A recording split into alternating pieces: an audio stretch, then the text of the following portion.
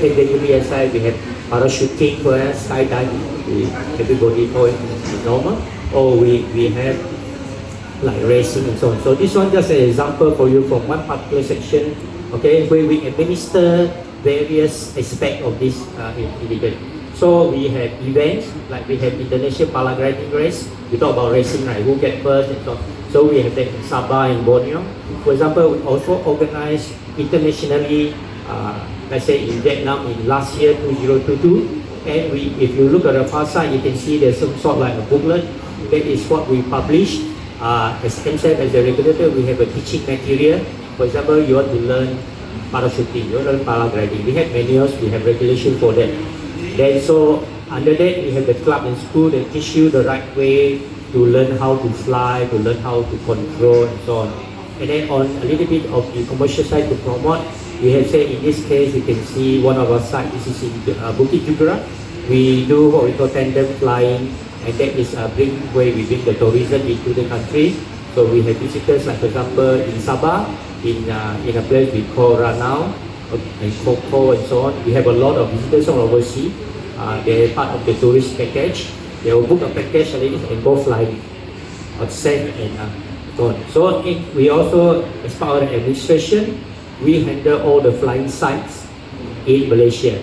For example, this sample here on the picture, you see it's Pantai Merdeka. It's just somewhere a little bit further of Penang. So there's a new site, for example. So you can see the people flying there. There are rules and regulations. There are not them to be started. And MSAF administer all these different aspects of the sport. Okay? So to sum up, that is what we are doing as MSAF, right? So a quick one for just a quick. I'm not going to explain the next few slides, but this is our strength that we have. We work. We already explained a little bit of that.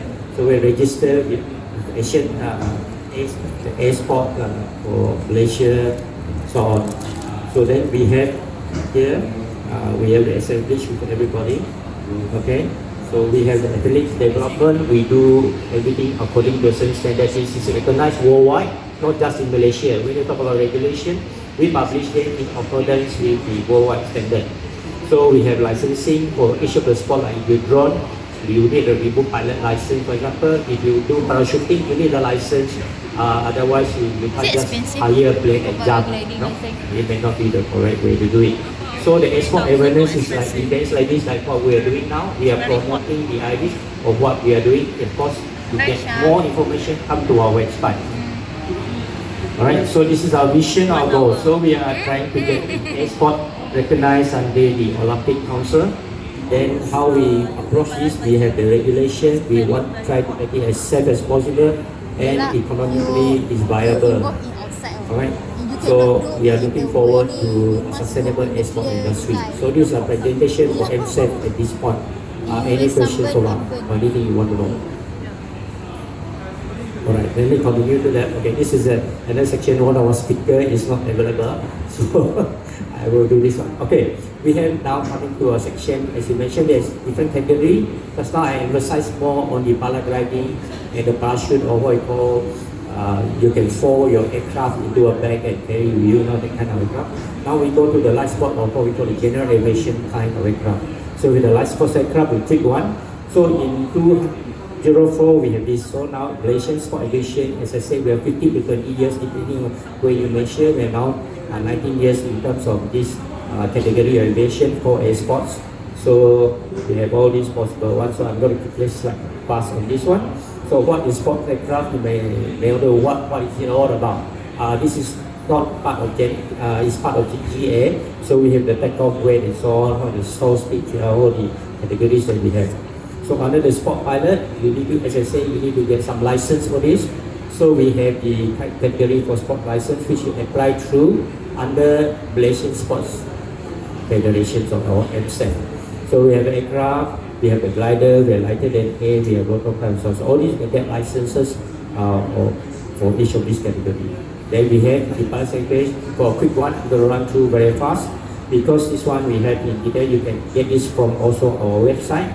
So we have the sport pilot, what are the rules that you need. You have the sport student pilot, you have your instructor certification and so on. So you can see these are all finally regulated.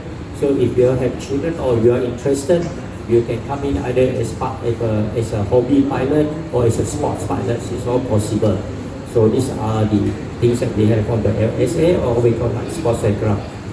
So the potential and industrial benefits we have are many. At the present moment, as I said, we're going to later move on to another speaker who is a good example of what this industry can bring.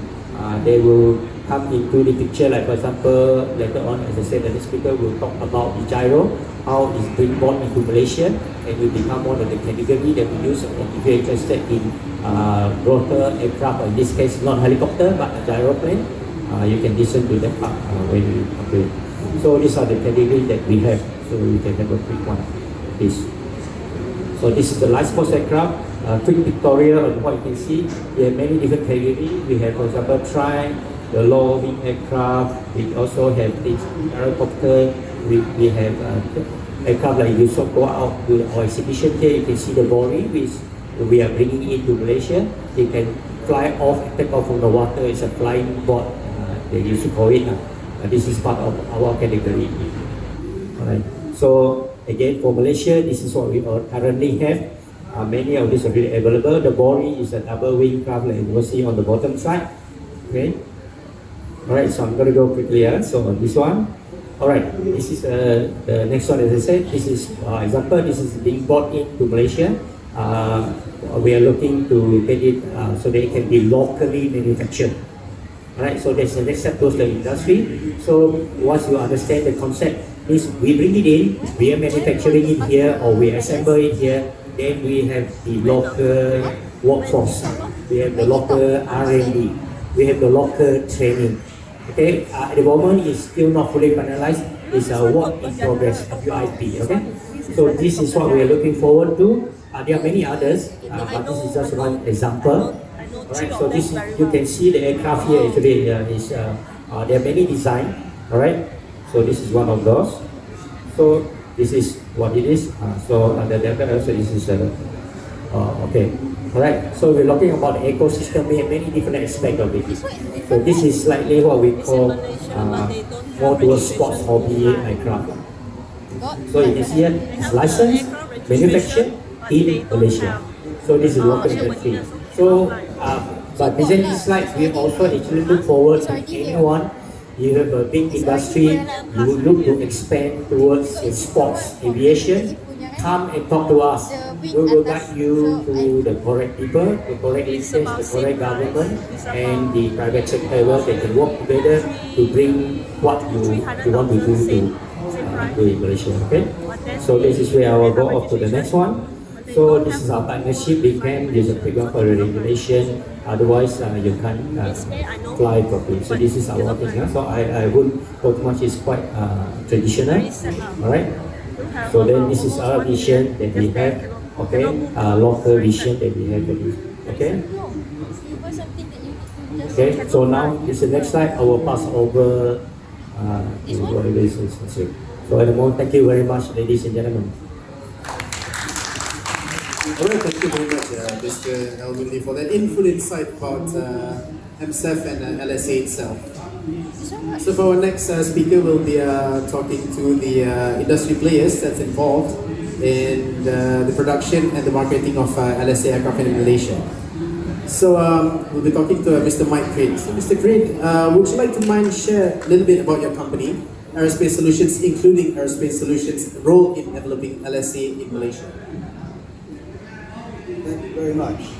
Hello, ladies and gentlemen. It's very nice to be here today to discuss gyroplanes together with the Malaysian Sports Aircraft Federation.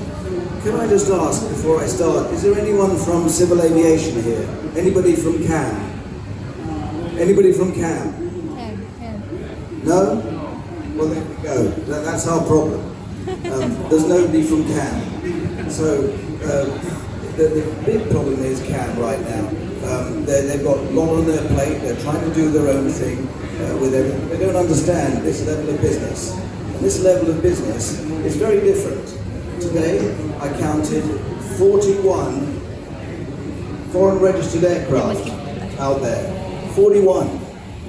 9 registered Malaysian aircraft. I mean, how can that be in Malaysia? How can that be? That's crazy.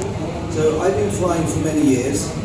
My company is based here at the airport here at Subang, and I have a company which deals in private jets and helicopters. I'm the Robinson distributor here and the MD helicopter distributor as well. But I love my sports aviation. I have a gyrocopter sitting in the Hall D there, in the Hangar D, which is a beautiful aircraft. But the guy who owned it has had it for 4 years and he hasn't flown it. He's done about 3 hours at the factory. Why? Because of the regulation.